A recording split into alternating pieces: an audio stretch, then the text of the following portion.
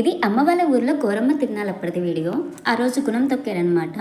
Early morning 3కి start చేశారు. అప్పటి వరకు భజన వేస్తూనే ఉన్నారు. అండ్ గుణం తొక్కడానికి ముందు ఎవరైతే గుణం తొక్కాలని కంకణం కట్టించుకుంటారో ఓన్లీ వాళ్ళ వరకే ఇలా భజన వేస్తారు. అంటే గుణం పాండురంగ స్వామికి కదా, సో పాండురంగ స్వామి దండకం పాడుతూ ఇలా భజన వేస్తారు. అండ్ భజన వేసేటప్పుడు 1 or 2 మెంబర్స్కి పాండురంగ స్వామి కూడా వచ్చారనమాట. అండ్ నెక్స్ట్ గుణం తొక్కాలని అనుకున్న వాళ్ళందరూ గంగా స్నానానికి వెళ్తారు. గంగా స్నానం అంటే గంగా నదిలో స్నానం కాదు, దగ్గరలో కాలువ ఉంది, అక్కడికి వెళ్ళేసి మునిగేసి వస్తారు. అంతలోపు ఇక్కడ గుణం దగ్గర టెంకాయ కొట్టేసి పూజలు అయితే కంప్లీట్ చేసేసారు. ఈ గుణం ఈవినింగ్ 5 నుంచి స్టార్ట్ చేశారనమాట గుణం తయారు చేయడము. అండ్ లెంత్ వచ్చేసి 9 feet వరకు అయితే పెట్టారు. ఇది అమ్మ వాళ్ళ ఊళ్ళో సెకండ్ టైం గుణం తొక్కడము.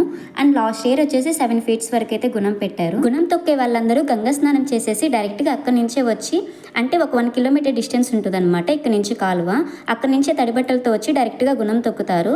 అండ్ ఆల్మోస్ట్ ఒక 80 members వరకు అయితే తొక్కారు. ఇలాగే పాండురంగ స్వామి దండకం పాడుకుంటే ఈచ్ పర్సన్ కూడా 3 times తొక్కుతారు. ఇంకా ఎవరైనా మొక్కుబడి ఉంటే 5 times or 7 times కూడా తొక్కుతారనమాట. ఎంతైనా గాడ్ గ్రేస్ కదా, ఎందుకంటే ఈ నిప్పులు అనేవి కింద ఒక 1 feet నుంచి కూడా వేస్తున్నారు. అది కూడా సెగ, ఒక చిన్న నిప్పుర ఉన్నా కానీ మనకి సెగ అనిపిస్తుంది, కాలుతుంది. అలాంటిది ఇన్ని నిప్పుల్లో తొక్కడము, కాలు కాలకుండా ఉండడం అంటే నిజంగానే గాడ్ గ్రేస్ అనే చెప్పుకోవాలి. ఇదే అనమాట అమ్మ వాళ్ళ ఊరిలో గుణం తొక్కిన వీడియో. సో మీకు నచ్చినట్లయితే లైక్ చేసి సబ్స్క్రైబ్ చేసుకోండి. అంతే ఈ వీడియో. Bye bye.